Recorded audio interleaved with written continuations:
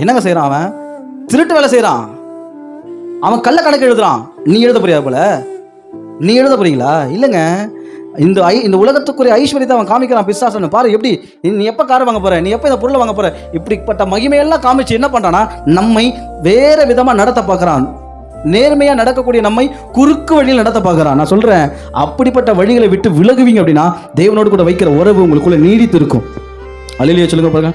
பொறுமையா காத்திருக்காங்க, பொறுமையா இருங்க, காத்திருக்காங்க. ஏற்ற வெள்ளான்னு நம்மளை உயர்த்துவா. அல்லேலூயா சொல்லுங்க பாருங்க. ஏங்க, பூமி நிறைவில் கத்துறதுங்க, விசுவாசிக்கிட்டீங்களா? எல்லாம் கத்துறது. அவர் ஏற்ற வெளில கத்தனை பண்ணுவார், கொடுப்பாருங்க, உங்களுக்கு கொடுப்பாரு. உங்களுக்கு கொடுக்காம வேற யாருக்கும் கொடுக்க மாட்டாருங்க. இன்னைக்கு இருக்கிறத பார்க்காதீங்க, நாளைக்கு கத்தர் உங்களுக்காக வைத்திருக்கிறத மட்டும் பாருங்க.